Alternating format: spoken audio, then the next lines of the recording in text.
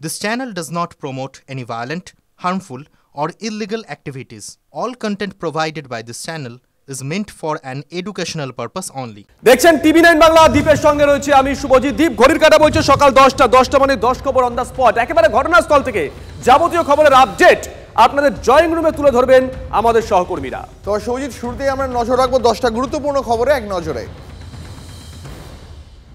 সকাল থেকে পাহাড়ে 12 ঘন্টার বন্ধ, চূড়ান্ত ভোগান্তি পর্যটকদের। মুখ্যমন্ত্রীর উত্তরবঙ্গ সফরের মাঝেই চা শ্রমিকদের ডাকে পাহাড়ে বন্ধ। 20% বোনাসের দাবিতে অনড় চা শ্রমিক সংগঠনগুলি। রোহিণীতে গেট আটকে পিকেটিং, আটকে পর্যটকরা। নির্দেশের পরেও তৃণমূল বিধায়ক হুমায়ুন কবির চিকিৎসকদের একের পর এক হুঁশিয়ারি দিচ্ছেন। তাদের মারধরের হুমকি দেওয়ারও অভিযোগ উঠেছে হুমায়ুনের বিরুদ্ধে। সুপ্রিম কোর্টের শুনানিতে উঠতে চলেছে হুমকি প্রসঙ্গ। পরপর হুঁশিয়ারি দিলেও কেন পদক্ষেপ করেনি পুলিশ কিংবা স্বাস্থ্য ভবন? শীর্ষ আদালতের দৃষ্টি আকর্ষণ করবেন চিকিৎসকদের আইনজীবী। রেলে ফের নাশকতার ছক, এবারও সেই কানপুর। রেল লাইনে সিলিন্ডার রেখে দেওয়ার অভিযোগ।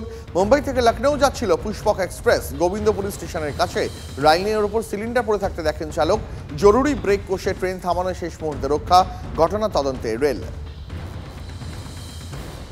জনসভায় ভাষণের মাঝে অসুস্থ কংগ্রেস সভাপতি মল্লিকার্জুন খার্গে। কাশ্মীরের কাঠুয়ায় মঞ্চে ভাষণ দেওয়ার সময় হঠাৎই অসুস্থ হয়ে পড়েন তিনি।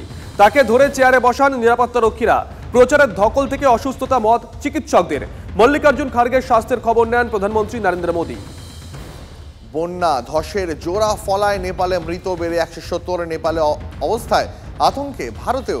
ইতিমধ্যে বিহারে জারি বন্যা সতর্কতা। প্রায় 4000 মানুষকে নিরাপদে সরিয়েছে নেপাল সেনা। নেপালে বন্যা, পুজোর মুখে বড় বিপদের মুখে বাংলাও। মালদা মুর্শিদাবাদ নিয়ে বাড়ছে উদ্বেগ। বিপুল পরিমাণ জল ছাড়ছে গন্ডক কোশির বাঁধ। গঙ্গা, মহানন্দা, ফুলহারে জলস্তর আরও বাড়তে পারে এমনটাই আশঙ্কা করা হচ্ছে। নির্মল মাঝির বিরুদ্ধে আর্থিক তছরূপ ও প্রতারণা মামলার রায় ঘোষণা আজ। বিধাননগর এমএলএ এমপি কোর্টে শুনানি চলাকালীন তাকে সশরীরে হাজিরার নির্দেশ। অভিযোগ প্রমাণিত হলে 10 বছর পর্যন্ত জেল হতে পারে নির্মল মাঝির।